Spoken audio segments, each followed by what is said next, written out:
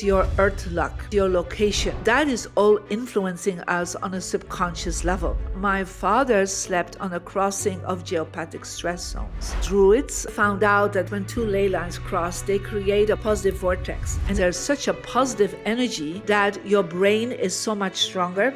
You are into alpha brainwaves when you're sitting there. These places were places of inspired evolution for humanity. It's something similar with the pyramids because the druids and high priests and priestesses of the mystery schools of Egypt were connected with each other. If you cure everything with dowsing, you can go to the same level of frequency as you would go being on Stonehenge. Every 20 years there's a new cycle of energy. We actually came into the period of fire. Everything has a magnetic radiance to it. We ourselves are the source of that electromagnetic field. In China, if you knew this information, you would give it to the public, you could lose your life. That was passed on to secret groups like the Freemasons. But what if we all get aware of it? A lot of people that are in the mindset movement, they're always thinking the mindset is everything, right? If we can have our mindset clear and focused, then we'll be able to manifest everything. And then there's a more, I would say, the spiritual, religious, even astrology, they're saying, no, it's all, predestined, right? It's not like God has a plan for us and, it's in the stars written. And they say that's like 100%. So for me, when I started studying Feng Shui with my Malaysian grandmaster, he told me one of the first things is that there is actually a rule of 3. And there's 33.3% that is predestined. That's like spiritually almost a plan that is out there for you, like your plan of your purpose, the plan where you're born, the talents that you have. I mean, when we grow up, we start unfolding that experience, right? And then he said the second part, and we call that the spiritual luck. The second part is your human luck. And your human luck is really like, okay, what do you do with your talents, right? Do you take action? Do you have a positive mindset? Do you have a good behavior? It's all about being a good person for yourself, a good person for others. And that's kind of where the mindset and the self-development world is talking about, where psychology comes in place, also where when people take massive actions moving forward in business, that's all part of that unfolding your human potential. But, it's not 100%. It's like, that's why a lot of people say, well, I do all the right mindsets, I do all the right affirmations, I pray to God, I do all the right things, and still things are not manifesting as I want. And then he explained to me there's a last part that the Chinese know for thousands of years, and that is your earth luck. Yeah, so next to the spiritual and human, there's an earth aspect to it. And that is your location. So where you are working, where you're sleeping, where you're living, your home, your office, that is all influencing us on a subconscious level. Not directly, but subconsciously it is. And he said it's about 33.3%. Now, I remember having this conversation with the late Bob Proctor, who was one of my clients. And I was telling that the rule of 3, and he said, I have to be honest, I think it's more than 33.3%. He said, out of my own experience, I feel it's about 50%. And even in the book Think Rich, Grow Rich from Napoleon Hill, they talk about a certain, like two lines. They talk about location is everything, right? And so that's actually the location, but more than the location on the outside or where it's placed, it's even inside. And so that's actually what Feng Shui talks about, where we also have the aspect of space clearing, decluttering, dowsing, to really make sure that the energy around us is aligned with our mindset and is aligned with our soul purpose. And so when we have that, then we are getting to the 100%. So that's the rule of 3. And why did this last third become the focus, I don't want to say of your obsession. That's probably a bit rude of me to say. Yeah, it's not an obsession. But your passions, you dived in so deep on this last third, this location piece in particular. And, it wasn't until I started coming across your work, maybe we can even start with like your relationship with dowsing.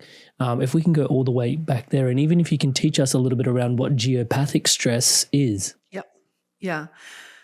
So for me, the first part was actually understanding that my life, I'm born in Belgium, Catholic family.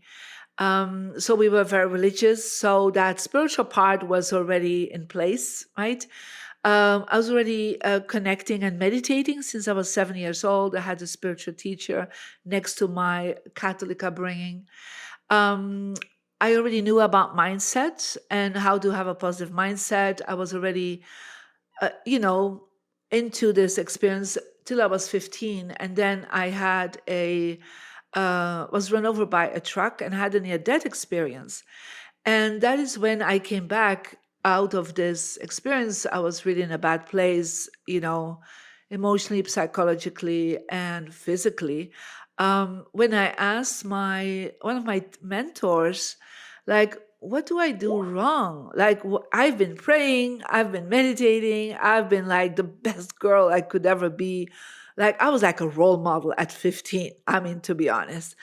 And so he just said, you have bad feng shui. That's the first time I heard these words. And he told me that the place where I was sleeping was affecting me. I had a depression, to be honest. When I look back, I was so lonely. I was bullied at school. And so he suggested I would move to another room where I would actually paint everything in white and orange. I'm actually still wearing the colors today. And I changed everything in these colors, and it's like suddenly my life changed around. And I was like, did hang other images up on it. And so that was like the first time I really got connected in how change of location and just change of bedroom, but change of how the location looks like, the colors, the images was so making a shift for myself. Where suddenly from being lonely, I had friends, from being bullied, I was totally popular, from having my first boyfriend, like my health improved. I mean, it was like so many things, right? And I got out of a depression. I was again joyful and having fun in my life. So that was like the first thing. And then I just improved and went with the same principles that I knew at the beginning. But it's only when I was like, after I was 25, that when my father passed on, and he passed on when he was 68, much too early, I was 25, when I started understanding there was another part of the earth energy, the location energy. So not just the look of it and the feel of it, but also that there was something going on that was invisible for the eye. And that was actually when my father passed on from stomach and liver cancer. And we found out that the previous owner also had stomach cancer, sleeping on the same place. But he left, and sold it to my family. And what happened was that he improved and got, cured from the cancer. My father didn't and died. And that's when I started researching if there was something else, especially a year later. My mom started having all these stomach issues. So I'm like, something is off about this place. And that is when found out about dowsing. And so I met my first dowser. So this is actually, dowsers are looking normally for finding water, like for wells, to build a well, for example, for a house. But you can work with dowsing, and it's a method, a modality to find energy. And you actually, what I use for it is I use dowsing rods. So these are like dowsing rods that we're using, and to ask questions to it, right? And we ask questions, and the dowsing rods move. And so what was interesting is that um, the dowser told me that my father slept on a crossing of geopathic stress zones. So geopathic stress means literally, geopathos means the earth is sick. Yeah, there's a sickness of the earth. So when we have underground water lines, like underground creek or river or pipelines or even fault lines, and we would sleep on it, that where our body is sleeping on the strongest energy of it, is that our body will go into a high stress mode. And if that's on an organ, the organ will have a harder time to have a positive immunity. And so my father was sleeping on the crossing of two underground water lines. That we figured that out later on. And so where the crossing was, where his stomach was. So of course that doesn't happen over a year. I mean, he slept there for 20 years. He didn't eat very well. His emotional state was not great. I mean, there's many aspects to it. He also right? had an intuitive awareness at some point as well, because I remember you saying like he would sleep on the couch. He would avoid sleeping in that space somewhat as well. Sorry, I just didn't want to interrupt. He tried to avoid, so every night he would go to sleep as late as possible. When my mother went to school as a school teacher in the morning, he would turn around and go and sleep on her side. So there was like his body was feeling it unconsciously, right? And so, but of course, he was sleeping there for many, many years. Now, this is not the reason why you become sick, but it doesn't help. Let's put it this way, right? So I'm sure there's many parts of that experience for him. And so when then he passed on, that line was not blocked by my father's body anymore. And so my mother started having stomach issues. So she moved out of it, and right away the stomach issues disappeared, right? So that's like my first experience of dowsing. So I started understanding that earth luck had both a visible aspect, Feng Shui, that we can use with the decor, but also how the landscape is influencing you, where you have your home placed, the look of your outside house, the inside house. But there's also an invisible part to it. And now, of course, we can tune into checking out how is the electromagnetic field of a space, right? If you think about, we have so much electricity around us, they already can check this out now. There's methods to figure that out, that how it affects our brain and even how it affects our frequency. So this, of course, did not exist in the time of the Asian Chinese systems, right, that were created thousands of years ago. But the Feng Shui masters would use both areas, Feng Shui and dowsing, to find out where to put the palace of the emperor, right? So later on, that information was also used in Europe, where the king, like the Palace of Versailles, right, where the king, Sun King Louis XIV would build. That was built both based on Feng Shui and dowsing. Yeah. And so they already knew that information. The Buckingham Palace, was already built based on knowing the positive energy, the ley lines, as we call them. And there were certain things that were set up. So there was information, but that information was always kept to the few ones, the 1%, we would call them now, right? And so that was never given to the public. Yeah. So even in China, if you knew this information, you would give it to the public. There was actually, you could lose your life, right? It was not even allowed to give that. So when I started learning all this information, Amrit, I was so excited about all this. Oh my God, I need to share this with the world, right? So right now, we are 30 years later, after I started teaching that when I was 31. It's 31 years now, and I'm teaching this. I have more than 2 million online students that have studied with me Feng Shui and dowsing.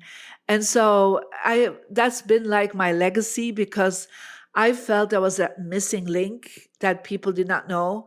Even if I was able to teach meditation to people, even if I was talking about a mindset, there's so many amazing teachers on that level. But that missing link is something that I really felt that was my purpose to share. Hey there, Inspired Souls. I wanted to take a moment to thank all of you that are subscribed to this podcast. This podcast would not be what it is without you and your energetic presence here. Thank you so much for your blessings. To those of you that haven't yet subscribed, please do take a moment. All it takes is to hit the subscribe button below, hit the bell notification icon. As I'm saying the word subscribe, it's lighting up in the colors of the Inspired Evolution behind me. So hit that button below. Like I like to say, everything you see around here is powered and empowered by your subscription to the channel. Help us promote love, positivity, and this kind of wisdom around the planet. Thank you so much in advance for your love and support. It's really interesting as well, because as you were looking to explore more upon this based on the visceral examples that you were having, you were blocked from being able to be taught this information because it was meant to be inherited rather than taught until. Can you tell us a little bit about that journey, how you ended up learning finally and now teaching so much? Yeah. So it's really interesting. It was not that I was blocked, but it was just like, the first dowsers, right? Let me talk just about dowsing. There were dowsers, professional dowsers in my home country. But when I would ask them to teach me this information, they would say, well, Marie, you have to have a gift for it. Like, it's been passed on from generation to generation, right? So from that perspective, I thought like, okay, it's not passed on to me, right? So I cannot do that.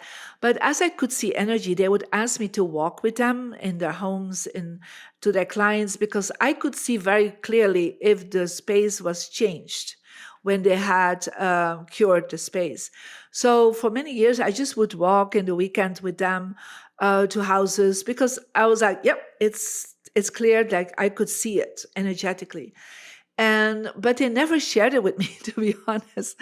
And so I moved to America, and first I would bring in the dowsers from Europe to do this work here in America, till I became myself very, very sick after I moved into a new place. And I experienced, because I'm very, very sensitive, how underground water was affecting me. And I did not have the money to bring a dowser over. So I was like praying, and I was like, okay, there must be somebody here in America that does the same thing. And then I've heard from somebody who was living in Colorado, a very old man. He was in his late 70s. And so I was then able to go and study with him, because he said, no, I can teach you this. And I was like, oh, I thought you need to have a gift, right? And so, no, I will teach you. And so he taught me this. And he said, I'll pass you the information on, because I feel you will reach so much people. And we just on dowsing alone, we have more than 500,000 people that have studied worldwide with me. And you can do that in an online course. It's called Diamond Dowsing in my mariediamond.com. So people can study that literally online. And it changes people's life, that alone. But the Feng Shui perspective, I remember I was like 31 when a first book came out in my language, in Dutch. And there I found out there were masters about this. And then I was able to go to a conference in London. But there were all the grandmasters were there, the 7 grandmasters at that moment. And to able to get to study with a grandmaster, they had to accept you. Yeah. So it took me a little bit of time I was studying, but I was not getting into the grandmaster's educational system. And it took me 1.5 years, 2 years to get to be accepted. And I actually was the first European student of my grandmaster. And so I'm a classically trained Feng Shui master. So I don't do the American system. Even if I live in America, I'm classically trained. And now I have a school online, and people can get certified by me in Diamond Feng Shui, who is really a combination of classical Feng Shui, working with manifestation, understanding the brainwaves, what is happening when you change things around you. Also a lot of inner work, inner meditation that is happening when people have to be ready to go in somebody's home. It's not just, following a checklist. It's really, you need to, I would say, intensify your body as a tuning fork also, right? To feel the energy, not just to know exactly what you need to do, but you need to also feel it. So that's kind of how I unfold it. It's like really making a beautiful combination with traditional Chinese Feng Shui and, I would say, Western knowledge about manifestation and law of attraction.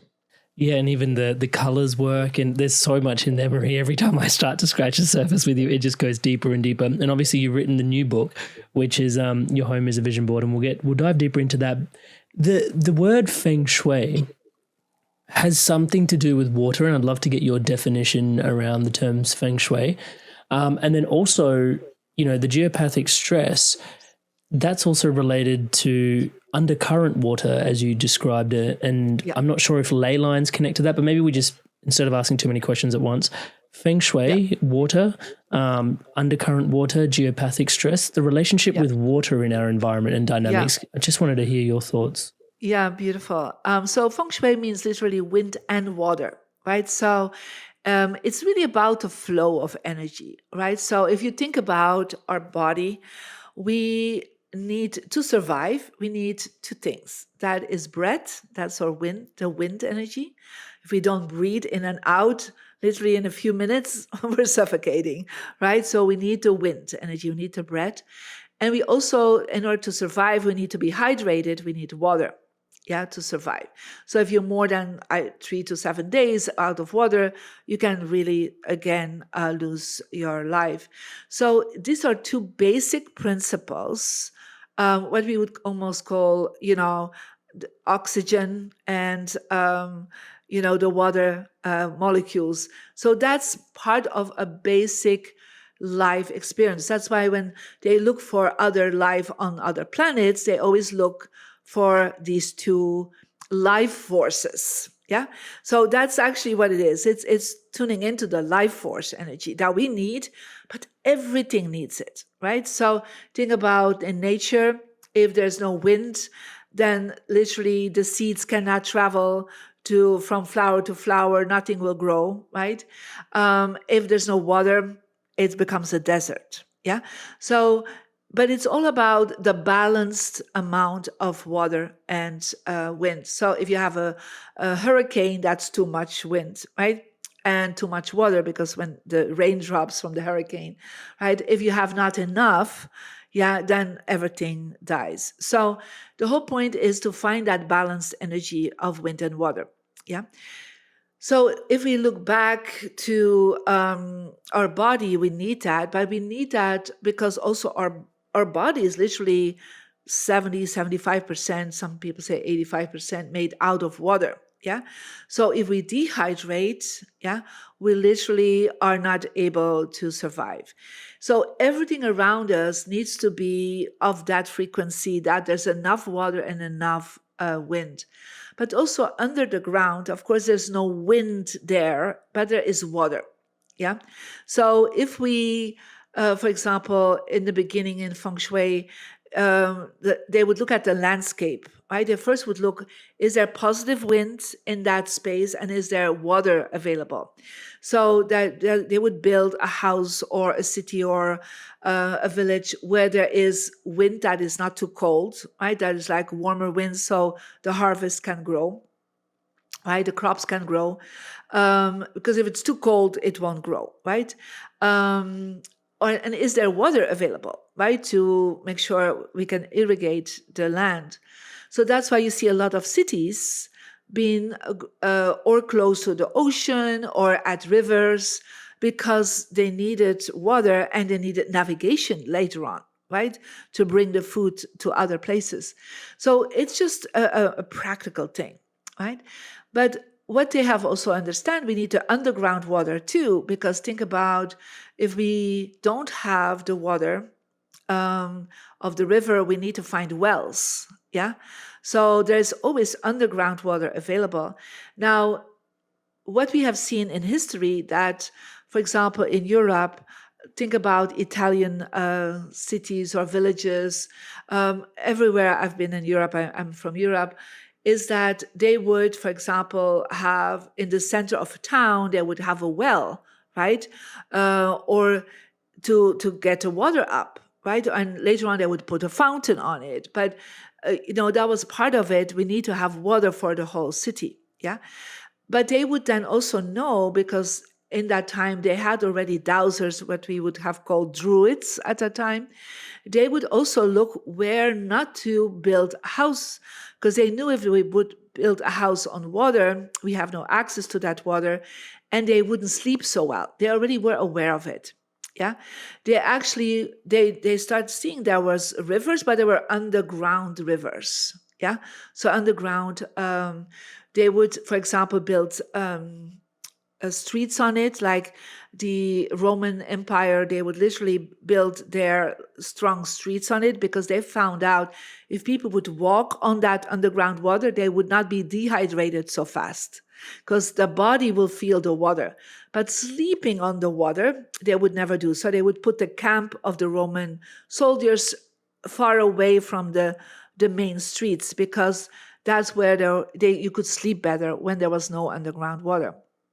So they were looking for this kind of information. And of course, there was knowledge passed on for many, many centuries. And they would also look for ley lines. And ley lines are, I would say, it's nothing to do with underground water, but it's their energetic lines. And we have them on our body, like we have the meridians, on our body. So where the acupuncturist would then put needles on, I put acupressure, or if you look at tapping, for example, by tapping at certain places, right, you would actually tap onto meridian points. Yeah. Okay. So you have that on the physical body, but you have that on the planet also, right? So they found out that there were a crossing of ley lines. And on the crossing of the ley lines, there's such a positive energy that your brain is so much stronger. You're into alpha brainwaves when you're sitting there. So they would make sure they would build the palaces there, and the emperor or the king would sit on such a vortex because their aura field would be stronger. Their words would mean more. People would feel that vibration, and they would be like honoring more the king or the emperor. But later on, the Catholic Church even took that over in Europe because there were a lot of places we call Druid places where they build crypts, put menhir stones and so on, like Stonehenge, for example. And later on, these high places were taken over by the church, by the Catholic Church, and they would build cathedrals on it, like the Notre Dame of Paris or Chartres, or even St. Paul's Cathedral in England, in London. And they would actually build the dome on it, and then also the altar, so that the priest or the bishop or the Pope, even if you look at the ley lines that are crossing in the Vatican, that the person that would sit on it, that would talk or have that connection with God or would speak in name of, they have more power. Their energy is stronger. So it's actually that combination of Feng Shui and dowsing that over the centuries, thousands of years, like I said, the few one were aware of it. But what if we all get aware of it, right? If we all are able to tune into that, because I do believe we're all a king or a queen or emperor or in our own life, right? So it's not even, thousands of years ago. Think about the whole Washington Monument, the Capitol, the Oval Room, and the Presidential Palace in America. It's all built on ley lines because that information was passed on from the Druids. Probably they knew it from people before that, but let's say the Druids. Then it was passed on to the Masons that built the cathedrals in Europe. And later on, I do believe that was passed on to certain secret groups or groups that were more empowered, like the Freemasons. Yeah, and then build based on that information their strong spots of regulation and government. This podcast is brought to you by my one-to-one mentorship. The podcast is designed to inspire your evolution onwards, upwards, and inwards. And if you're ready to dive in even deeper and evolve your career, your leadership, and business in a conscious direction, and you believe that alignment to your purpose and your soul's direction is the only way to truly thrive into your highest potential, and right now you can feel that guidance, mentoring, and coaching would be of support, then my one-to-one mentorship, coupled with our incredible conscious group masterminds, is here for you. Thousands of people have evolved through my mentoring over the last 10 years. It is, after all, my highest calling, and here's what they have to say about how it's transformed their life. I've had massive transitions while working with Amrit. I'm processing things in real time. I'm addressing what I want to do, and so much more is possible. Amrit sessions were really helpful. They inspired me to go after my dream job, which I have now and I'm loving it. Amrit doesn't really see it as just coaching, but he honestly cares about you and you can feel it. That's just priceless. I just love it. If you're looking for someone to help you evolve as a person, hands down, Amrit. So if you're ready to dive in even deeper to take your inspirations and truly evolve, then make your way over to my website at amritsandhu.com. I'll put a link in the description below. You don't have to go it alone. There's one-to-one mentoring and an incredible community mastermind of conscious leaders, entrepreneurs, and people transforming their careers and business into full alignment with their soul's highest calling, creating a life that inspires them on the deepest level, living into their greatest impact. Make your way over to my website, amritsandhu.com, send me a personal message and let me know why this is right for you right now, and apply to work together. Let's take your business, career and direction practically to the next level. Link to amritsandhu.com in the video description below. I look forward to seeing you there. I mean, that's a long answer, but I wanted to bring in... No, it's brilliant. I want to dive in even deeper because there's some pieces in there which is like there's this really intriguing piece about dome and like the energy of a dome, and then part of me couldn't but help but think about like the pyramids as well, and there's so much people still trying to figure out what the pyramids are there for. The energy of a dome, the energy of a pyramid, obviously these shapes have a lot of importance as well. And what do you think is going on with the pyramids? I think some people are sort of pointing them as like ley lines on the earth as well, but maybe even galactic ley lines. I don't know enough, to be honest. Yeah. I just wanted to get your thoughts. Well, let's put it this way. When we look at, I'm more aware of how they build cathedrals and domes and so on. So when there's a positive vortex, when two ley lines cross, they create a positive vortex. And it has a height. And I do believe they could measure that height, how tall that energy is. And so what they do is they could see it perhaps, I don't know, they were much more in tune with energy at that time, or they could measure it somehow with dowsing sticks or rods or something, is that they could see how high a building had to be, to keep the resonance, the frequency. So if they could capture it, and then people would sit in it, people would sing in it, people would pray in it, the energy of healing was much stronger. Yeah. So I do believe it's something similar with the pyramids, because the Druids and the high priests and priestesses of the mystery schools of Egypt, it's said that they all were connected with each other. And there were Druid circles found in Egypt. I mean, there were statues of Isis found in France, in England. So I do believe there was communication between all these cultures. People always think Druids, that was like German tribes. They were not cultured, but I don't believe any of that. So I do believe that the pyramids were probably similar, right? That there was the height was connected, I think, with the crossing of ley lines, yeah? And of course, as we say, as above, so below, or so below, as above, right? Perhaps they were also indeed, and there's many studies about it, that they are aligned with the Orion, I would say, part of the Milky Way, So I would say, yes, they were probably all aligned to connect with that energy, but I do feel it's all about consciousness and awareness. And so that there were people, even in older cultures or ancient cultures, that were more advanced in consciousness, and they knew the information. And then there was the public, right, they want to uplift them, right? So they brought these people into these cathedrals, into the pyramids, into the palaces to uplift the vibration.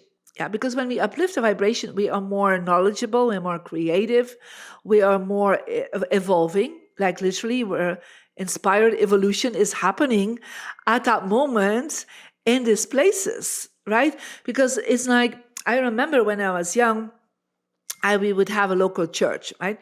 That church was just built like 100 years old. So it was not on ley lines. Yeah, they had probably no idea about it. But then I remember going to a cathedral in my town, what was from the 12th century. That was definitely based on that information. There are ley lines there.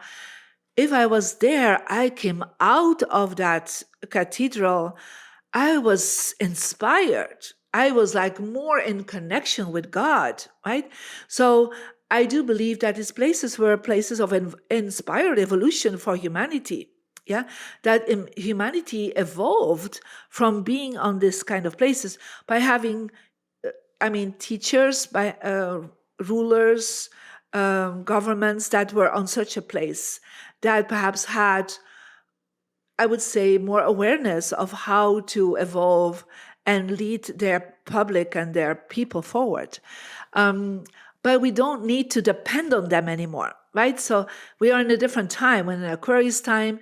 In the Piscean time, of course, we depended on these rulers and these, spiritual leaders, because we were probably not ready for that. But we are now in the Aquarius time, where I do believe our home can be from such a high frequency that we don't have to go into a church if we don't need to. We can still go. Of course, there are amazing places if you want to visit that and you're religious and spiritual, please go and enjoy that. But we don't need to anymore. We can have that high frequency, even if we don't have a dome. But if you cure everything with dowsing, if you activate everything with Feng Shui, you can go to the same level of frequency as you would go to a church or being on Stonehenge. That's the whole plan of my work. Yeah, I love that. And it makes it very important to then cultivate the right kind of thoughts in your house if it's feeling like as beautiful as a temple and a church. Now, I promise we will get to the house, especially for those people that are tuning in. They're like, yes, okay, Marie Diamond's here. We want to get to the home. But, we're coming out from under the ground and understanding water and understanding ley lines. And part of me does want to know if song lines here in Australia, there's the Indigenous call them song lines.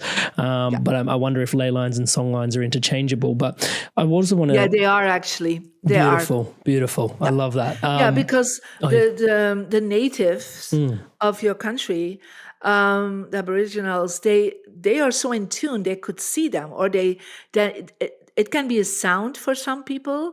It can be a view, right? And I do believe that thousands of years ago, I would say the natives of our country were very much in tune with that. Yeah. And we lost some of that information, or it was kept to the few ones that, were aware of it. But yeah, they are the same lines. Yeah. Thank you so much for that. And now I want to come in, I still want to get to the home, but I sort of want to come in from above, if that's okay. And what I mean by that is there are more satellites in the sky now than there have ever been before. There is more Wi-Fi connection. We've gone from 4G to 5G at this current moment. It doesn't seem like it's going to stop at some point. It's going to be 6G, 7G. No. There is so much EMF around us. What does that do in your awareness to our spaces and our environment coming in from the top down? Well, it is creating a disturbance of energy. That is for sure. I mean, there's enough proof already about that. I think literally we're becoming more and more into what I call, like before we would put food in a microwave, now we are the body in that microwave. Yeah. So that's kind of, you can compare it. We're getting fried a little bit, right? So what gets fried? It gets our energy, it's our brain, it's our, our organs. We're all getting affected by that. So we cannot deny that, right? So that's why I will say to people, it's so important to, at least when you're sleeping, that you are, or taking the Wi-Fi out, or put all your phones and computer as far away as possible.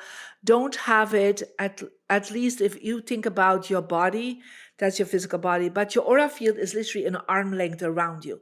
So if you think about above and to the side, right, that means you cannot have anything on your nightstand that has electromagnetic fields. Yeah. So if you have a light, you put the light out, within 5 minutes, that energy will be gone.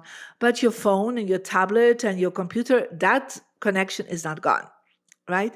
So you need to put it at least 2 meters, 2 yards away from your body. That's the first thing. If you can't put it outside of your bedroom, that would be even better. And there are some people that still cannot sleep then because the Wi-Fi is there, the television is on. So sometimes I say to people, take out your Wi-Fi during the night. And many people start feeling better. The second thing is go outside in nature, right? We have lost our connection with nature so much, right? Because we're like, we don't have to travel so much to work anymore. Or if we're working, sitting in a space, we're sitting in a cage of Faraday called a car. Again, that has a lot of Wi-Fi, the radio, and your phone is there. And it's like literally, it's not the healthiest place. And then we are sometimes also in an electrical engine car that, sitting on the batteries. I don't think that's all so I don't have the details on that, but I don't think it's the best thing for us because we're in a metal cage, right? So that's why I always say to people, you need to really go more outside than ever. Yeah, because that's where there's oxygen. And of course, if you can, don't go to a place where there's electrical poles close to you or electrical wires hanging over you. So go to forest, go to, the beach, right? Where you have a higher prana, right? Higher frequencies that releases all that energy out of your body. And so at least once a week, I say to people, go out for a half a day to just restore your energy. Right? Because we are living in a normal system of electricity. We cannot change that so much anymore, right? We all want that high-speed internet. How could we otherwise talk to each other, Amrit? Let's be honest, right? And have good quality video, right? So I would say, yes, we need it. But at the same time, you need to counter it. Yeah. And so, and be aware of it. And if you don't sleep very well at night, then perhaps you need to look online. There's many modalities, many possibilities that people can change or put in their home that the Wi-Fi is less or whatever.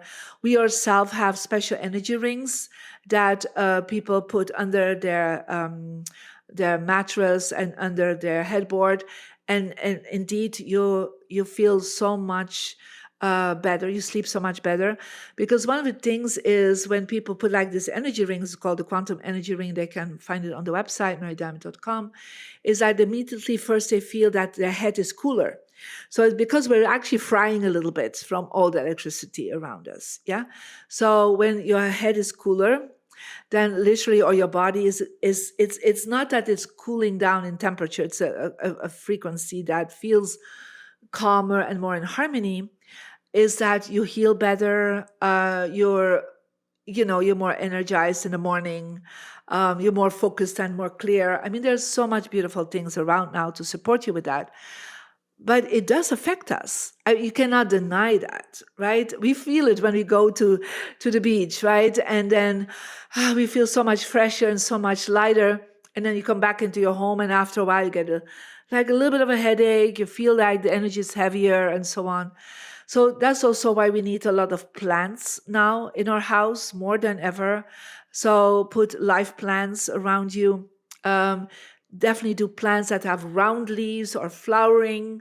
We also can't keep our plants so long sometimes because of the electromagnetic fields. The plants are affected by it. But, keep having plants that just take out that negative energy and turn things around, or add more crystals. Crystals are also absorbers. Yeah. But make sure then every few months you wash your crystals, you put them back in the sunlight so they're reactivating themselves so they can absorb again all that negative energy of EMF and other energy fields. Hey there, I wanted to take a quick moment out just to remind you that the Inspired Evolution is partnered with earthing.com. For those that don't know about earthing, we did an episode with Clint Ober on the subject matter. It's all about the electronic charge that the body picks up throughout the day and how grounding literally is like wisdom for just absorbing all those electrons and all that energetic charge. We've had to spend a bit of time in today's conversation discussing EMF. You can literally use grounding as a tool, putting your feet in the bare earth to just discharge all that energy that builds up in your body. And literally that energy build up, that fire is inflammation in your body, is that stress that causes dis-ease, which causes disease. Touch wood, right? So if you want to dive in deeper and potentially you can't find yourself getting out as much to spend as much time on the bare earth as possible, earthing.com, Clint Ober's team has produced some beautiful products. You plug into the grounding sockets in your wall outlet sockets at home. My favorite is the grounding mat. I've got one for my desk here in the studio. So just imagine all the electronic charge of all the lights and stuff. So just always staying grounded despite all of that. And then also there's a grounding mat for your bed, which you put just at the bottom end of your bed. And literally you're sleeping for 8 hours. Hopefully you're getting 8 hours. Sleeping for 8 hours and you're discharging all the electrons build up from the day. And what an easy way to ground, right? We ground while you sleep. It's definitely improved my sleep. Highly recommend you check it out. For all those that are tuning in, you do also from the Inspired Evolution get a 10% discount on anything you order from earthing.com. That discount code is INSPIRE, INSPIRE. The link to earthing.com will be below.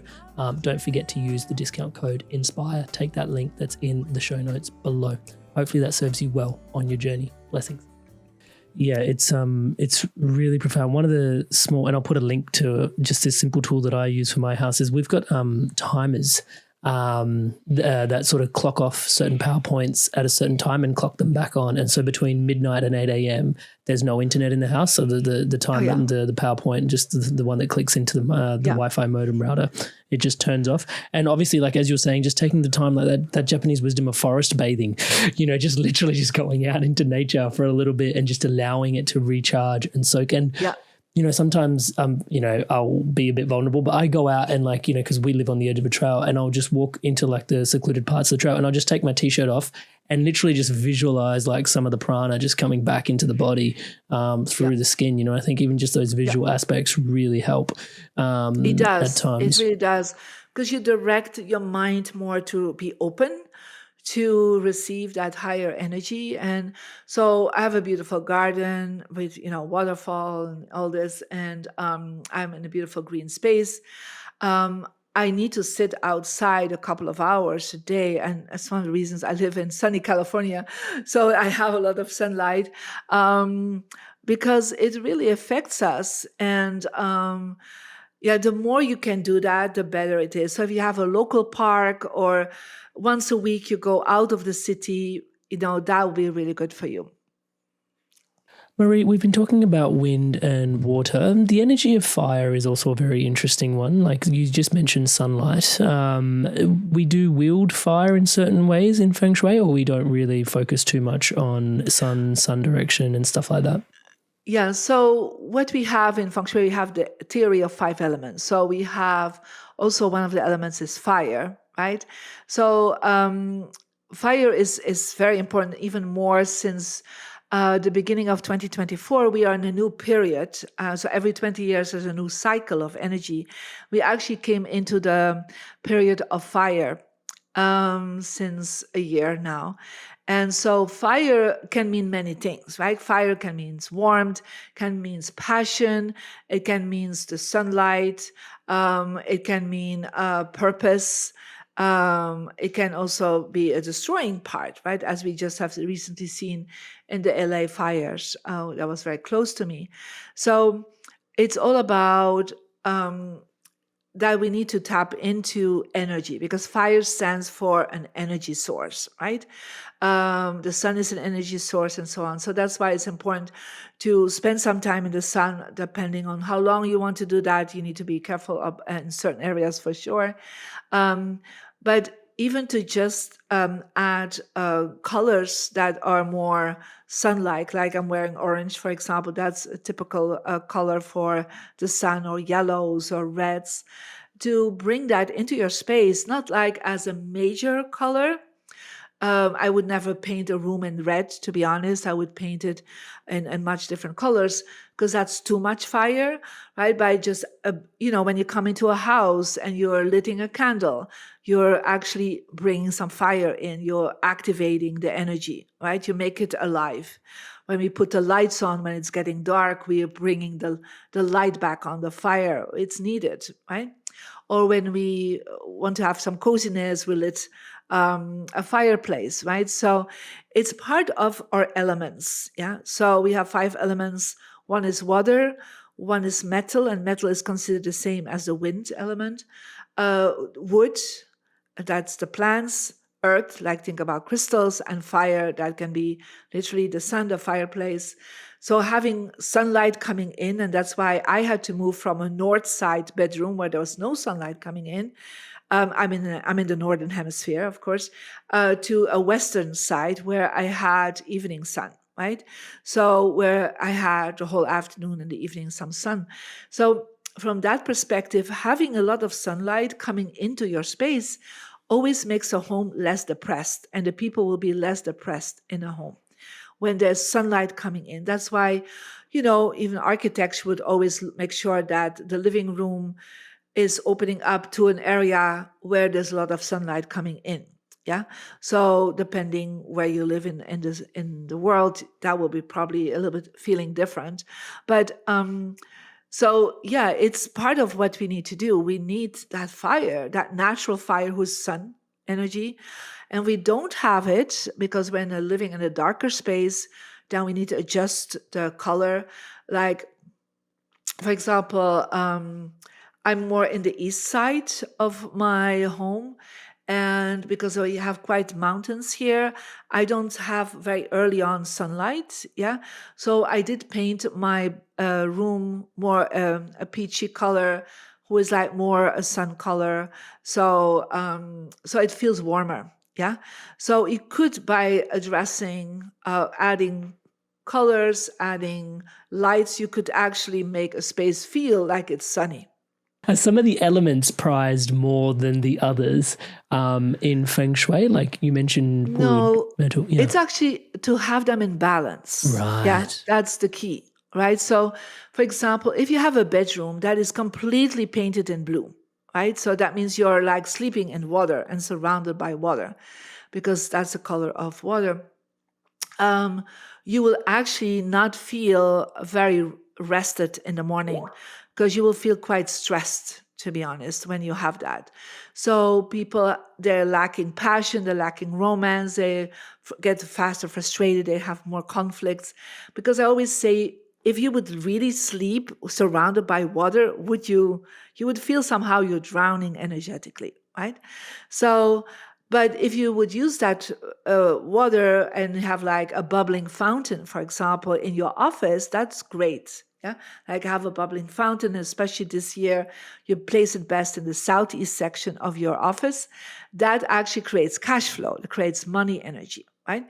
So water can be, if it's too much, it's too much. So you always want to have these 5 elements in place. So like in the space here that I'm in my office, I have things in metal, I have things in wood, I have plants, I have candles, I have warmer sunny colors, I have crystals, right?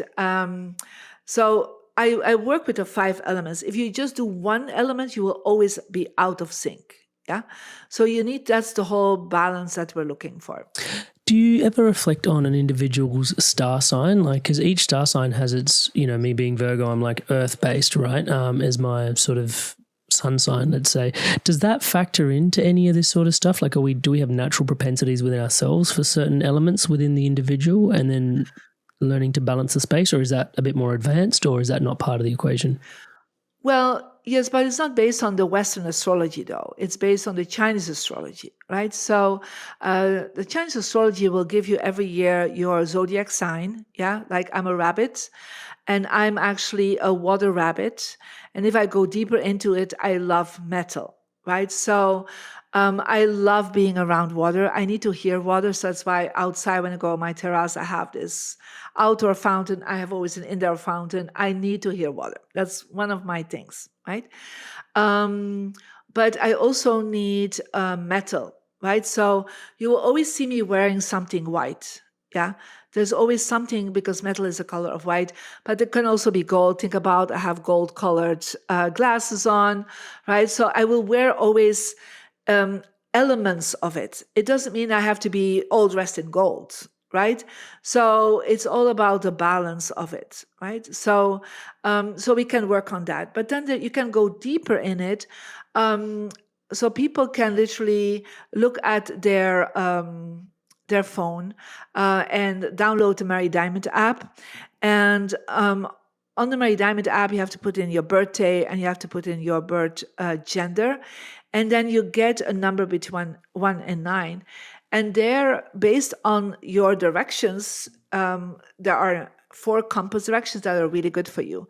So, for example, mine is southwest. Southwest is a typically earth direction. So having, for example, a color with earth color, like I have orange on, is always good for me. Or I do also wear a lot of pinks, for example, right? So because that's an earth sign. Yeah. So you will actually see even on my book, it's like there are some earth colors. Yes. And I work with gold and white. Yeah. Yeah. So this is set up based on my success energy, the elements that work for me. Yeah. Right. Now I did not add blue to it, but as there's the inside, the color is like a black, so black is considered a water element. So it's just working with these elements can definitely infect you. So I will always try to have a lot of metal, a lot of crystals, and water. I love that. So these are like the 3 major elements that work for me better. Yeah. So I will do less fire because I don't need so much fire. I have a lot of inner fire already. And I will do some plants, but not that much. There are other people, they just crave plants. Yeah. So they want so much plants. But if you then check out their Chinese astrology and their personal birthday, it makes sense why they want it. And then others just crave crystals, right? And others crave something else. So it's the craving is meaning that their body feels they need that element more than that other element. So we look for the balance, but there's always an element that will work a little bit stronger for you. Okay. How do we arrange our living spaces to attract good energy in our life? We finally got there. Yes. Right. So, well, the first thing is I want you to become aware of the space and ask yourself, is this who I am? Right. So you go through your space, you see the visuals around you, see the colors and thinking, is this who I am? Right. That's like a good question. And it could be that you're like, well, this clutter around me, is that who I am? Like having chaos around me? And then the second question is who I want to be, right? Is that going to help me to become who I want to be? Yeah. So I want people, and we lead people in the book also through like the step by step, like, okay, what can I look at and what can I change there? Right. So the first step is awareness, right?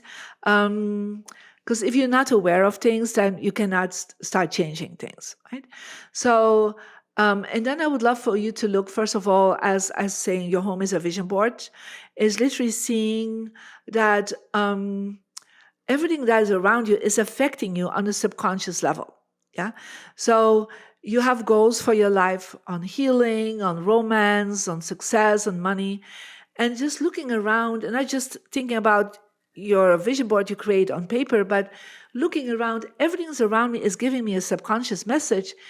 Is this the messages that are aligned with my goals? Let's say you want romance, right? And you go inside your home, and everywhere you go, you see images of single people, right? In statues and images. And you're like, yeah, is that who I am? Yeah, hey, I'm single. I'm not, but I know how to do the tricks, right? But I've seen this so many times that I say to people, I just counted, 20 images of single people.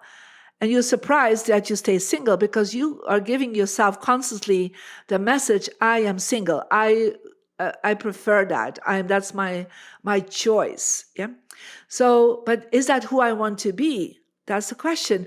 No, I don't want to stay single. Okay, what can I do to reprogram, right, in a way, that vision board that you have around you? And when you reprogram around you, your mindset will start applying that energy, because we have in our brain something called mirror neurons. And so whatever we see will mirror ourselves to us. That's why when people say, well, hang out with successful people because you'll be more successful. Well, it's the same with the space. If your home is not showing success, your mind will say, yeah, I'm okay with being with problems financially, or, having a stuck energy. It's like, you want to be with the successful people, but you can already create a successful space. Yeah. And when you create successful space, then your mindset will change already, and you will start attracting more successful people. I mean, I practiced this since I'm, 15. I remember very clearly after studied as an international lawyer, had my first space, like a little studio. I set it up, really as much as I knew with Feng Shui. And if I look at my life, I live in $1 million home in Bel Air in Los Angeles. So I started from a very small one-place studio, right? So when people say, I cannot do that, yes, you can, because every space can be adjusted. Yeah. Every space can be orderly, can be with creativity. I mean, I was drawing things myself. I had no money for posters and paintings. I was just being creative. And we can always bring in some colors as pillows or whatever it is. So it's in your home as a vision board, it's like I go step by step, all the steps that you can take with small budget. I mean, or even no budget. Perhaps you have everything in your home already to change your space. But to already become aware of it, is that who I am? And is that what I want to be? Yeah. And then change things around. And we all have beautiful books, Amrit. I'm sure you have a whole library, right? I know that for a fact. I don't know that, but I know it, right? And so let's say each person has a success direction. If you look at your app, and the book brings you through working with the app. And in your success direction, even if you don't have certificates or awards or books yourself, you can already put books that are about success and wealth and manifestation. You can literally make a vision board and cut out people's picture that you like. I want to be like them. Can I already be with them in person? No, but I can be already visual with them already. Yeah. So this is part of the things I have done since I started. And now, of course, I know a lot of these people, right? And I love when somebody tells me like, oh, Marie, you were on my vision board in my right place in my home, and now I meet you, right? So I'm like, yeah, because you have programmed your home. And when you program your home, you reprogram your mind. Inspired soul, lumen being, join in on the conversation. I'd love to hear from you in the comments below. What are you taking away from Marie's multidimensional awareness and conversation here today? I mean, the conversation about water under the currents of the earth and all that sort of energetic stuff has been super profound for me to just feel into ley lines and song lines. I really love that. But then also like all the EMF stuff, and then also sort of grounding into our home as a vision board. Man, there's so much good stuff there, and then balancing the elements in and around the house. Marie is such a gem, literally. Marie Diamond. Let me know in the comments below what you're taking away, and Marie will likely be back on the podcast. So if you have any questions for her in the future, please leave them in the comments below, and I would be honored in the future to ask them on your behalf. With that, back to Marie. Well, also just looking at the proof being in the pudding, like watching your journey and how you've been going and implementing all these tools, and then watching how your life has come together. Not to put too much of like put you on the spot, but you know what I mean? Like it's the proof is in the pudding in terms of the work, and because there's not that many teachers out there in the world teaching what you're teaching at the level that you're teaching it as well. So, it really just goes to show if you do dial in and tune these elements in, a lot can happen. And the thing that I really love about when I'm tuning into your work, the personal development work, back to the 33.33, 33.33, 33.33. Well, one seems very rock solid and sedimented in, like the destiny piece is the destiny piece, potentially the astrology piece. The self-work stuff, which is, I spend a lot of time in there and coach, sometimes is easy. A lot of the times it's a lot of work. It's hard. Whereas and you need discipline, right? So every day you have to show up, and it's important. Right? You have to show up, But the environment piece seems to be like, and it's kind of fun working working on it, like when I went through your book, it takes you through room by room, like just tweak this little bit here, tweak this little bit here. And it's like, you walk through the room, pull out the app and you're kind of like, this is the direction here. And it's like, yeah, cool. Okay. I'm going to put something here. What am I going to get? And then, jumping on, like having a look online, what potentially would be a really nice sort of thing to put here, or, what could be a cool crystal to get, or even just the vibe to put in that place. So the book, I love that it goes through room by room by room. I would love to ask in this podcast, for those people that are tuning in, because you started by switching, if we go back to the beginning of the podcast, by switching your room to your brother's room. Like that was a big thing for yourself. Obviously you moved houses as well. And I don't think we captured this in the podcast, but at some point, when the Ley Lines, the lines. Yeah, I moved out to the You moved old out house. into the older lady's house who had lived past 90, and you moved into a home where people were living past 90. Yeah. So that energy was collected. That was one of the things that when my father passed on, I said to my mom, because at that time I had no idea how to cure all this geopathic stress zones. So I thought, like, let's go to a place where people turn plus 90. I mean, they're healthy and they live plus 90, right? Their home will be so much better. And so we found that house, actually a couple of places and further in the same street. And my mom turned 95 there. So it really worked, right? And of course, she added her Feng Shui and her dowsing, and she was clear of mind till the last week before she died. So it was really interesting.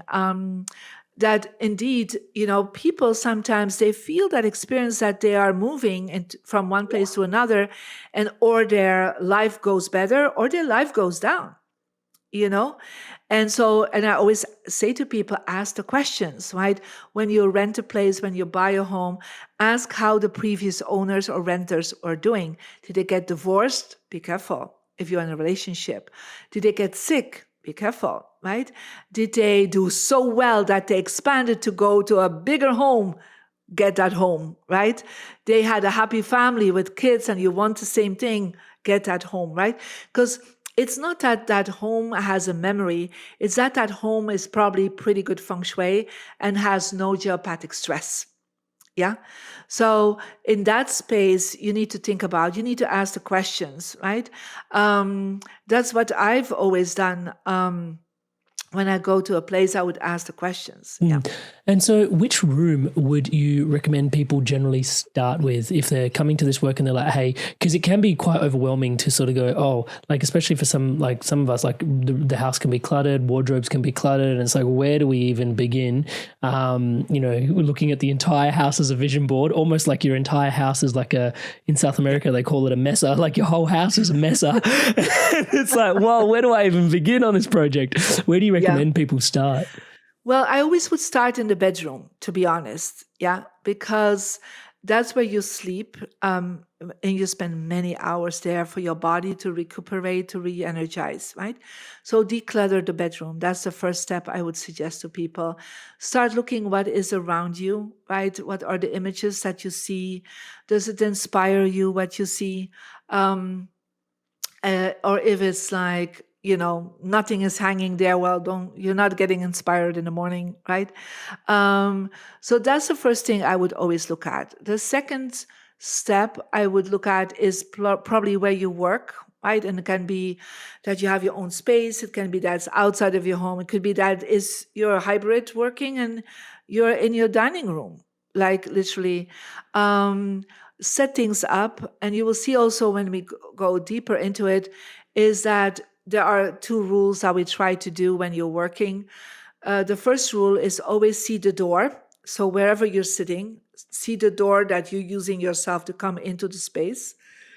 So right now I can see the space. Even if I'm talking to you, if my husband would come in and offer me a cup of tea, I would see him coming in, right? So never sit with your back to the door because you're sitting with your back to the people. Even if you're thinking, well, they're digital, you're there, but I imagine you're coming through the door, right?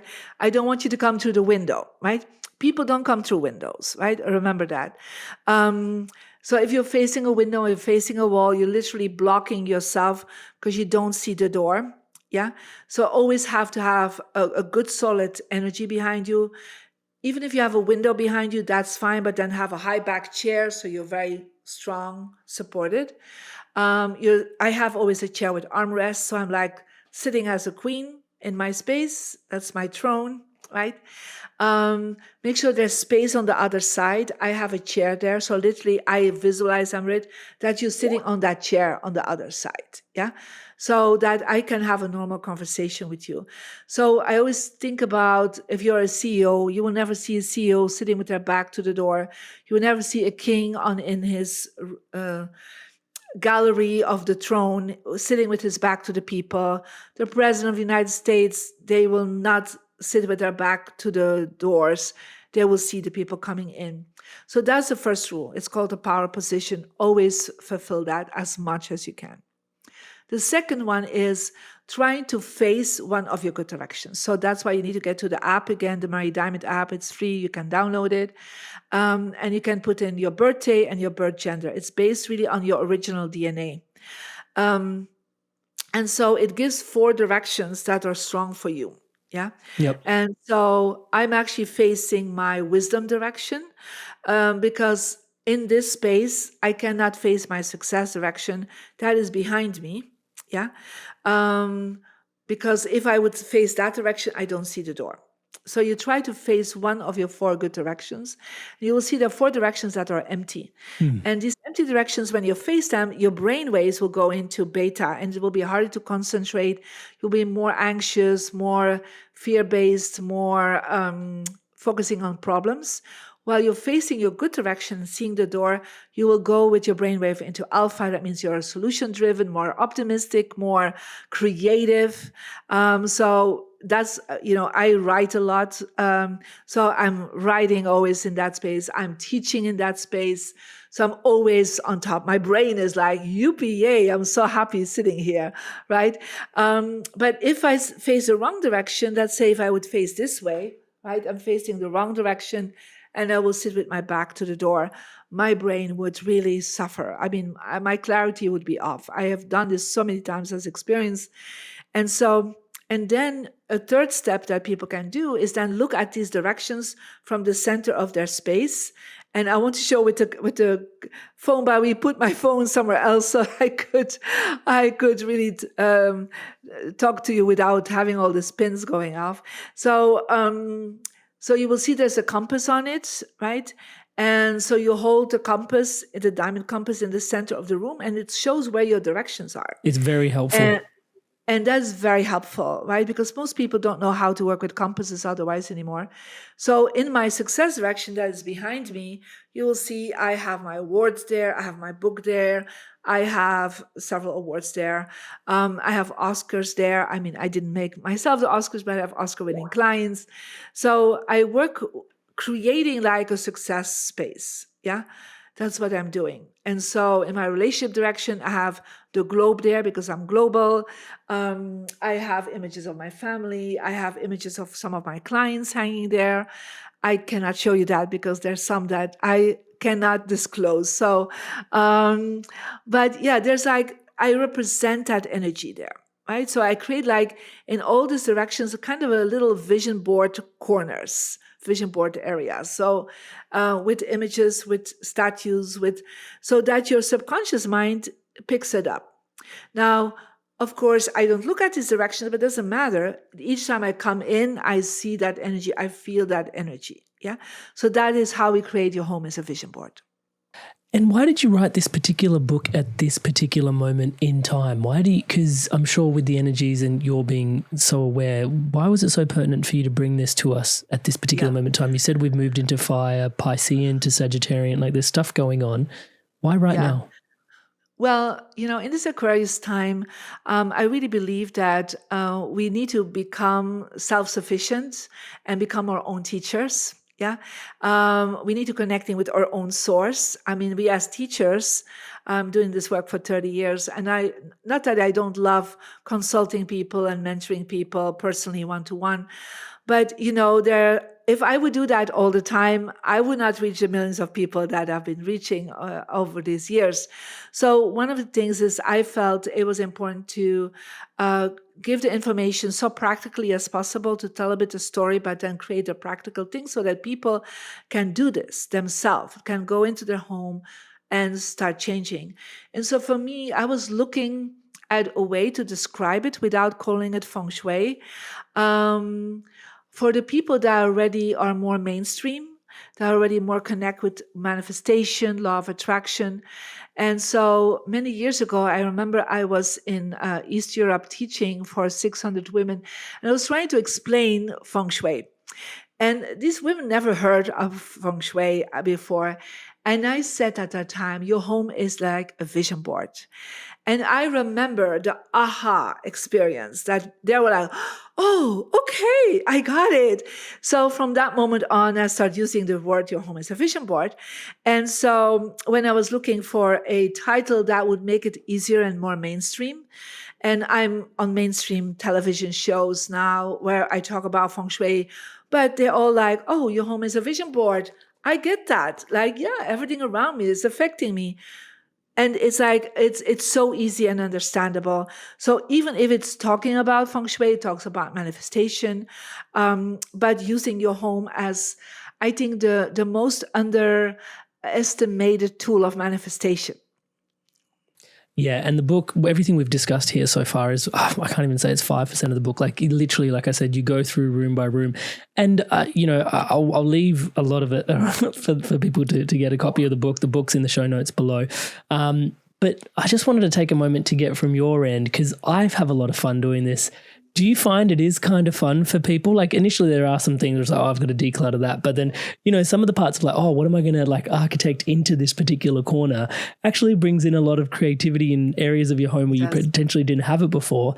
Yeah, just your experience to sort of, I don't want to say sell it a little, but do you know what I mean? Like it can be fun, right? Yeah, it is. It is very fun. And so I love that. And I hear that from people from all over the world. They're like, oh, I've done this with my family. I've done this with my partner, right? I brought in a girlfriend to do this and we're doing it for each other. And so it's like, because a lot of people, they want a cozier and a more family, beautiful home in harmony and peace, especially since the COVID time. That was like people became really more aware of the energy of their home, right? Because they were spending so much time there. Before there was like, oh, I go home from my work and I eat and I watch television and go to sleep. It was like half of their day was just in their home and their night. Now, for many people, it became suddenly 24 hours a day they were in their space. So they became more aware of it. And of course, many people were like, I want to change the decor, but they're not interior designers.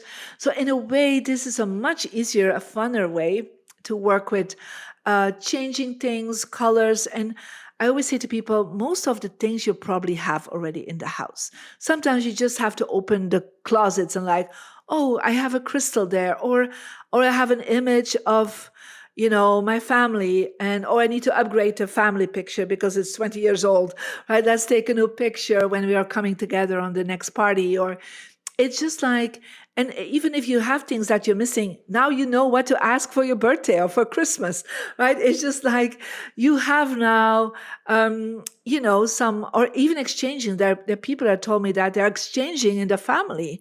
Like, hey, I need this. Like, oh, I have this for you. And they have WhatsApp groups to do it together. So I love the fact that this book has become a book that not just people buy, but they are buying it for their friends and their family. And they create this a new movement, right, of change that is so much easier than changing your mind, or changing your mindset, right? And it does change your mindset. It does start improving. And we see that within 9 days after people put things out, and I was just reading a testimonial about a book on Amazon where somebody was telling, I was just changing my position. I changed my desk and I had a promotion within 10 days. Yeah. So it's like these little things that people feel like, and I say like, people want to have access to greatness, to their higher potential. They want access to their dreams come true. But their home is sometimes telling such a wrong story, or the wrong story for their goals, that it's not manifesting. Right? And so by shifting that around, it's almost like a little magic that happens, but it's not a magic trick. There's science behind it, right? It's thousands of years of knowledge behind it. And so when they changed, I'm like, oh my God, this started happening. I have a better friend. I have this. And so that is seeing people's life change. And that's, I think, why I have become very successful, because I make sure, and that is very practical, very implementer. You can implement it right away. And it's fun at the same time. So yeah, I'm on a big mission to make this work mainstream. And that's why the book came out. I love it. Little sideways question. I wanted to ask about digital clutter and chaos, because I had a family member pass away recently, and I remember just, all his passwords, all his bank accounts, and all this stuff being locked away. And it just caused me to reflect, because I knew I was coming into a podcast with you. It's like, there's so much digital stuff. Like, I look at the way my background's out of an engineer, and, we used to build data centers and server farms and stuff like that. And looking at like these server farms, they're very organized and very clean and structured and very right angles and all this sort of stuff. But then when you look at, just generations of people moving through, but really just storing data, and a lot of that data being cluttered, and now just, tuning back into like fields and energetics, there's a bit of clutter going on in the digital field, isn't there? It is, yeah. And we can actually start with our own phone, right? It's digital decluttering, as I call it. It's like, what's on your phone, the visuals when you open it up, right? Is it something that inspires you? Could be a family that you see, could be your loved ones, could be your vision board, or a beautiful landscape. When you open that up, that your mind immediately gets inspired, right? So that's one thing you can place there, but then go into it and I was just looking, I had like 20,000 photos. I'm like, okay, I need to clean up, right? I have like 30,000 emails I haven't read. Okay. So I just installed an app to get all this out, right? So you need to declutter on your computer everywhere, because how many times people go on a computer and there's like, 20 browser pages open, right? So you think, well, it's not affecting me, but it is affecting you, because it's an overwhelm, right? So on your phone, close things off as much as you can. Look at the apps you don't use anymore.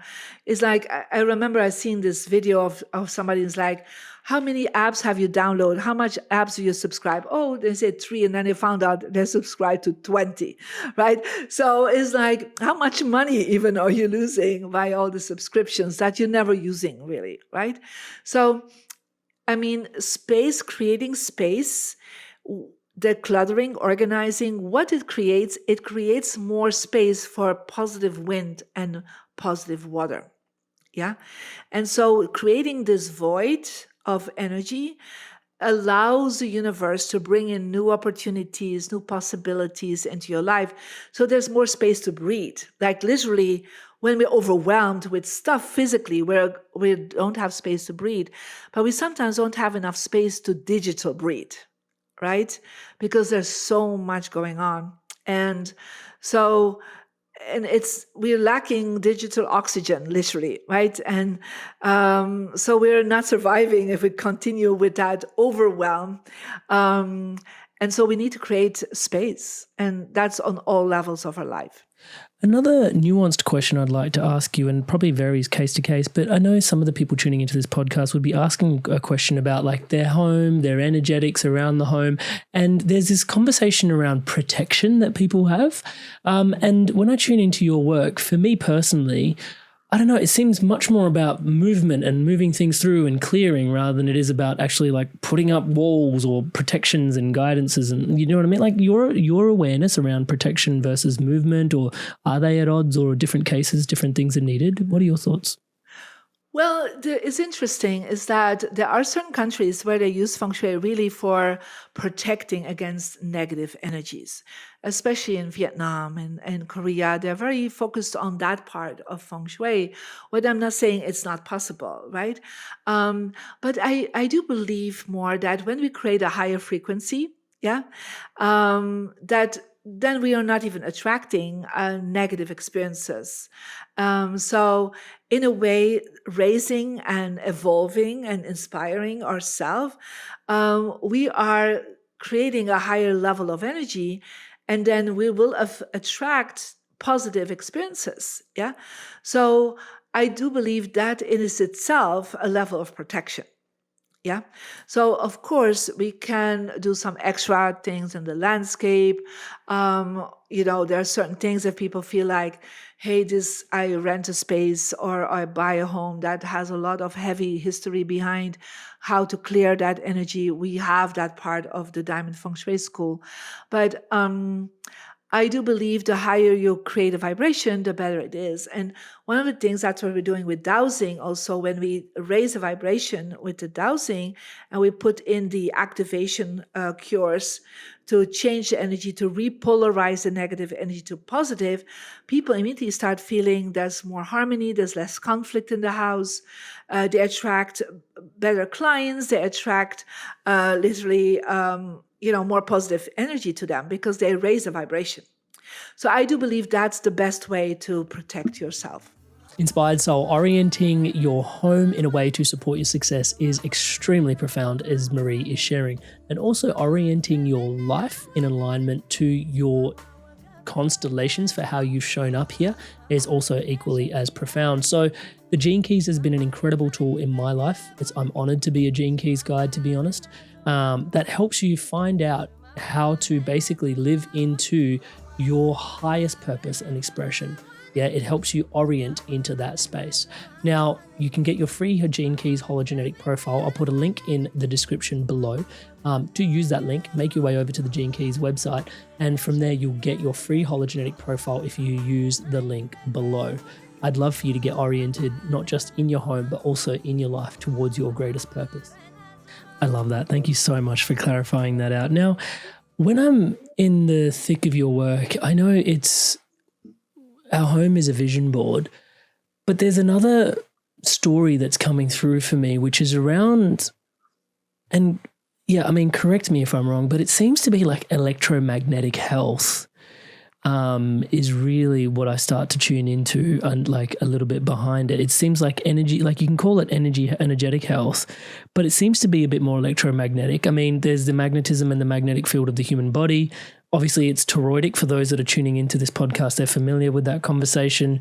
But then you start to understand, like, the vision board aspect, the law of attraction, and how it deals with magnetism and actually pulling things in and around our body. And then your work seems to be like to sort of organize the environment so that the electromagnetic fields potentially aren't, sort of blocked around that. And then we've gone even further into, the geopathic stress that may be impacting that as well. Because I imagine, yeah, like sometimes we find it difficult to attract despite our best intentions and even our attention, as your work in The Secret told us. Mm-hmm. So yeah, if you think about everything as electromagnetic fields, right? So everything has a magnetic radiance to it, right? So if that is our body, if it's our environment, the whole point is we need to harmonize the electromagnetic field. And right now, there's more than ever disturbances in that electromagnetic field. Yeah. But even if you have a negative thought, that creates a disturbance in that field, right? Not only in your own electromagnetic field, what we perhaps could call an aura field, right? But also in the space around you. If you're all the time thinking and saying negative words, that electromagnetic field that is the air around you, air picks that up. Air is I would say, a holder for that energy that you're putting out. Yeah. So, of course, there's the electromagnetic disturbances of electricity and radio towers and whatever. There's a lot of that energy too. And we don't always have so much control over that, right? We can be aware of it when we find the space to see, like, okay, there's less electromagnetic disturbance here. And you can even, how we call that, machines out that you can even measure, right, how much disturbance there is. And I would suggest to people, if they buy a home, check this out at least, right? I mean, there's so much out there, and I'm not going to go too deep into it, but it's not just that everything that is around us is creating that electromagnetic field. We ourselves are the source of that electromagnetic field too, right? By the thoughts and the feelings and our behavior, right? So if we wake up in the morning and we're like, oh, this day will suck, right? Then, I mean, to be honest, what are you setting out in the electromagnetic field around you? But if you say, hey, I'm so blessed, I'm so happy, gratitude and blessings will already change your electromagnetic field. Yeah. So we can start. We have responsibility ourselves. Yeah. By cleaning up the clutter, by putting out the right thoughts, have the right words towards ourselves and towards others. That is our own responsibility. And you can never blame somebody else for that. That is who you are and what you want to be. Marie Diamond, someone picks up your book and reads it through and starts enacting the shifts that are in the book. I myself have done so and really dig it. What is your hope for the person that picks up the book and for the collective after having gone through this work? Yeah. Well, I really hope that they start seeing very quickly the changes by implementing this. As you know, I was in the movie The Secret, right? And so one of the things that in The Secret we had as an intention that people would buy the book, buy the DVD at that time, and were so inspired by it that they would buy right away more copies and to give to friends and family. And that has been starting to be the case, that people said, I bought this book for a friend, I gave it to somebody else, because it really can change people's life, because this is the missing piece of The Secret, the missing piece of the law of attraction that most people have no aware of, that this is the easiest piece, right, of the law of attraction. Because changing your desk around, hanging something different, coloring, decluttering, you need to have an ongoing discipline to make things nice and beautiful. But once it's set up, you can really don't have to work on it every day anymore. So it's the easiest piece to change and transform. And at the same time, it's the fastest piece to have results. So my hope is that people just experience it. And like I already shared to you, Amrit, I'm so excited that also later this year I will come to Australia and bring this work to Australia. I know it's available in the bookstores on Amazon. It became a bestseller, number one bestseller on Amazon in Australia when it came out. So it's published by Hay House Australia too. And it's an audio, so you can listen to my own voice reading the book, and you have the ebook version, you have the normal book version. So just try it out and start implementing it and practice. Marie Diamond. Thank you so much for your generosity, your awareness. Every time I share in these conversations with you, I leave beyond inspired, so aware of just the world around us and our interaction with it. And the whole point of as within, so without is just so poetically enriched in our conversations for me again and again. So yes, very much so. Thank you for today's conversation, but also the time I get to spend with you in the books and the content outside of it and just what it does for me and my being. I'm just so grateful for you. Thank you so much, Marie. And thank you, Amrit, for this amazing reach that you already have and sharing all these inspirational teachers and speakers and being yourself an inspirational speaker and teacher. The world needs more of you and needs more of the people that you bring to the world. So thank you for that.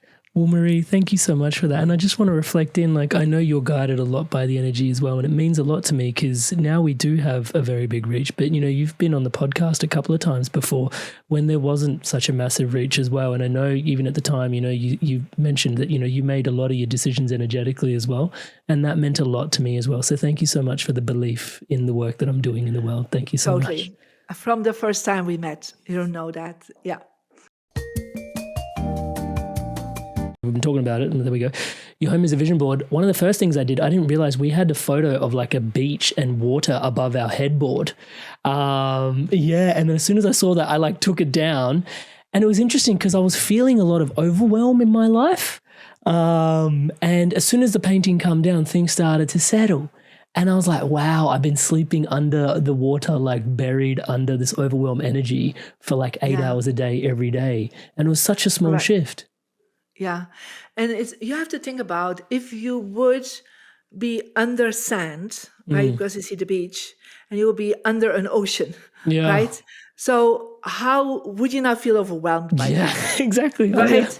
So it is a visual, but you have to understand, and we know that out of experiences with athletes, that, when an athlete runs like the 100-yard, or, they're doing their sports, they're visualize, right? Yeah. And they know when they visualize that their muscles react the same as they would run the 100 yards exactly, right? Physically. So it's the same way. It's like your body sees it before it goes to sleep, like even in a fraction of a second.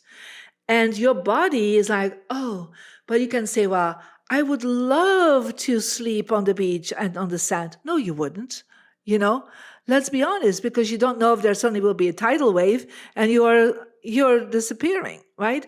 And being on the beach, you never know with the tides. Like, would you be fine? There's not a safe space to sleep on the beach, right? So we know that out of experience, but in a fraction of a second we see it, our body reacts upon it, even if we're sleeping. And we also wake up. That's the last image sometimes we see. And we're also waking up under the ocean, like under the, so that was a powerful piece for me. Yeah. Just a small tweak that really made a difference. Another unfortunate incident that happened, well, it's the fortune of the universe. My dog passed away actually last week. Sorry to hear that. Yeah, oh man, I've been in so much grief. Thank you. But she passed away in the home. I feel like energetically it feels very clear. It was definitely meant to be her last resting space. But in terms of Feng Shui and the awareness in that space, is there anything that you normally do when someone passes away in the home like that? Yeah. So, it's like the memory is still there. The energetic field is still there. And sometimes you need some time to, some people don't want to let it go right away. Yeah, we've got a candle lit with a little altar to her. So that is very nice. Especially for dogs or pets, I would do a little ceremony of goodbye and thank you. And asking that pet goes to, I would call the field, the energy field in the universe, where all the dogs or all the cats or all the birds or whatever the kind of pet it is, and to do a little bit of a ceremony so that energy can really release. Yeah. Then letting go of the bed that a dog was sleeping on, perhaps some of the toys also, clean it and give it away to a shelter for dogs or something, so that others can, they won't take on the bed, but perhaps they will take on the toys. So there's still some good energy there. And what you also can do is, as you have a personal wisdom direction, right? You could actually take a picture of you and your dog and frame it and put it in your wisdom direction. I wouldn't put it in your bedroom because I wouldn't do that, but in your living room, for example. So to honor the dog, that dog inspired you for so long. Yeah. Yeah, thank you for that. That's beautiful. I have a water fountain upstairs, which in the middle of our conversation, I had this very trippy awareness, like it's literally just above me. And I was realizing I should probably move it so it's not right above me to like a side of the house because I'm downstairs. May I ask you, in which room is that? Currently it's outdoors on our balcony, but it backs onto our living room. But I'd be considering moving it indoors to our living room/kitchen. So you have to first of all check which compass direction from the center of your home is that fountain, right? So right now for this year, 2025, it's best to put it in the southeast section. If you put it inside, put it in the southeast section. So there are areas where we try to avoid having a fountain. Right. First of all, that is the south, because the south stands for the fire element. So when we put there water, we actually dampen our recognition and our visibility. And so people will not respect us so much. So you have to be careful if you place it there, right?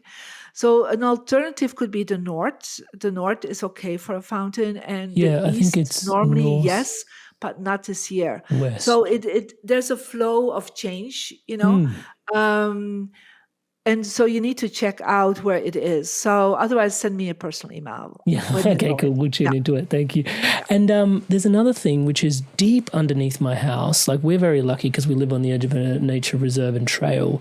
But we've been able to do that because there's like about 50 meters underneath, there's actually a tunnel that goes in. That's a bit of a highway for the city. And I was just, as I started tuning into the geopathic stress conversation, I was wondering if I should just ask you, like, you know, what are the impacts of potentially living above a traffic zone? Yeah, it actually is considered the same as an underground water because there's a movement through it. Yes. Yeah.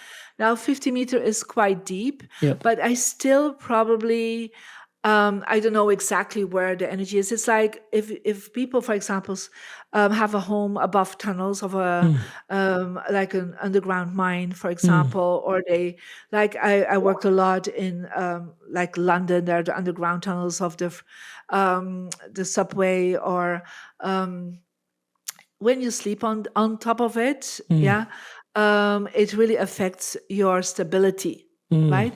So what I would suggest to counter that, I mean, I cannot do the dowsing here now from a distance, but is to put crystals, white quartz crystals, and put them in every corner of your house. Right. Yeah, they don't have to be big. They can be small crystals. You always wash your crystals when you get them. You put them outside in the sun, activate them, right, and put them regularly every month. I would clear the energy up.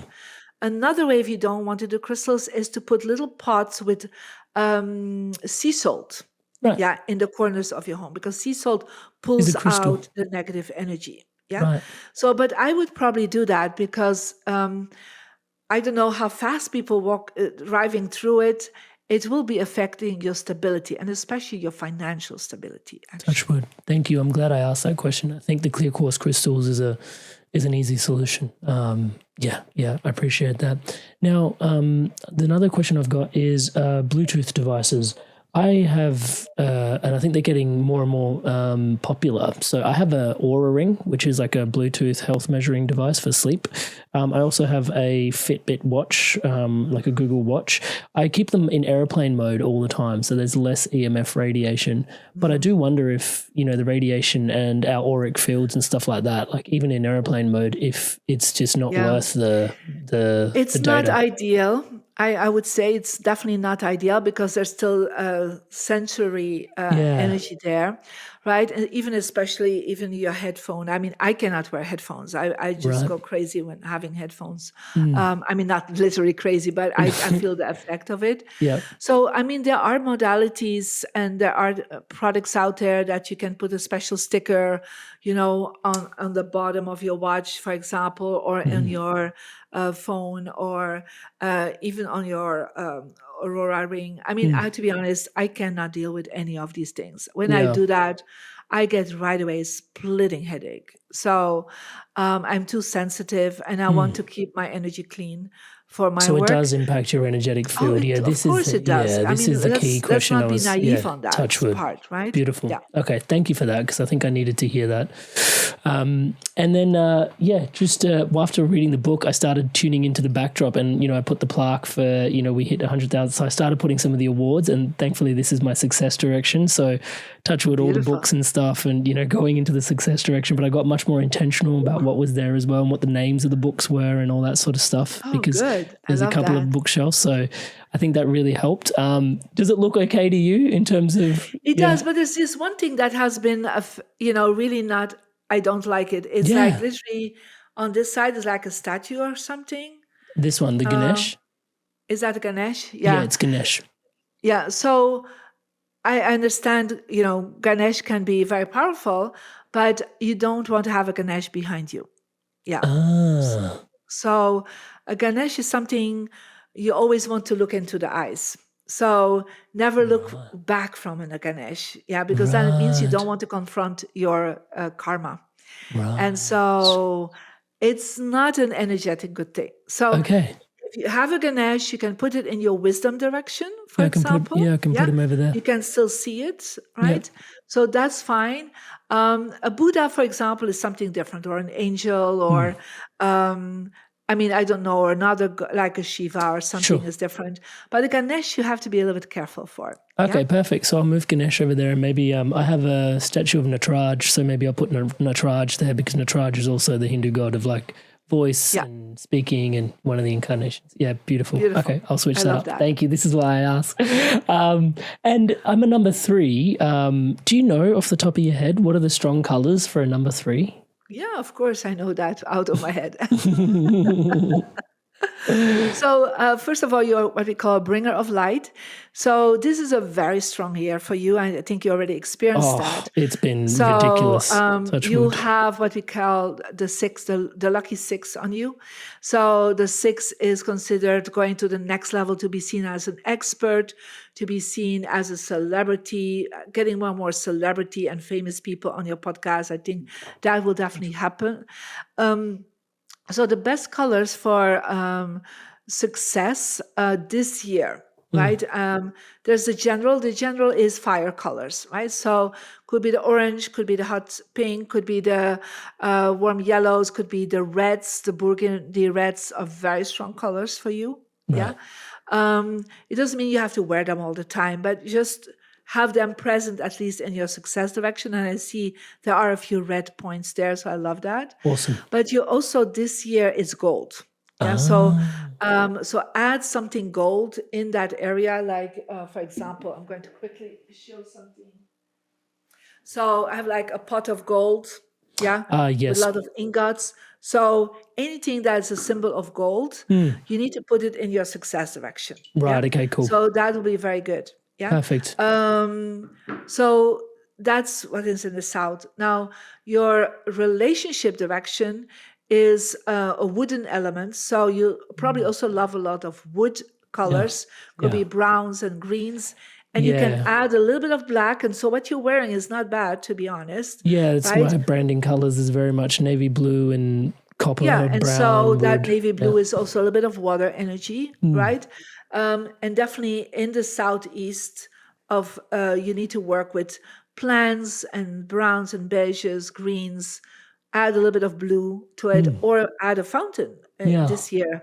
So there's a lot of cash flow and a lot of new opportunities coming to you, not just podcasts. I think other things are showing up for you already. You know, perhaps more teaching, other ways to make money that you didn't see beforehand. And especially towards October, November, you will really feel the big shift that you will do. Inspired soul, you made it through to the end of another incredible episode. Touchwood, thank you so much for your inspirations to evolve. It is such an honor to be your brother walking this path by your side.